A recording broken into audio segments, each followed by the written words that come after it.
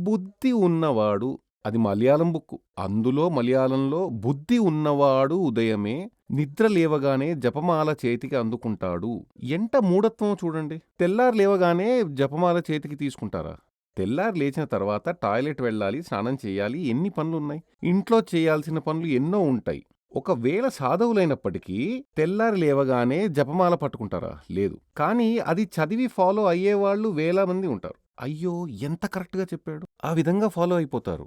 అదంతా బుద్ధి లేని వాళ్ళ పని.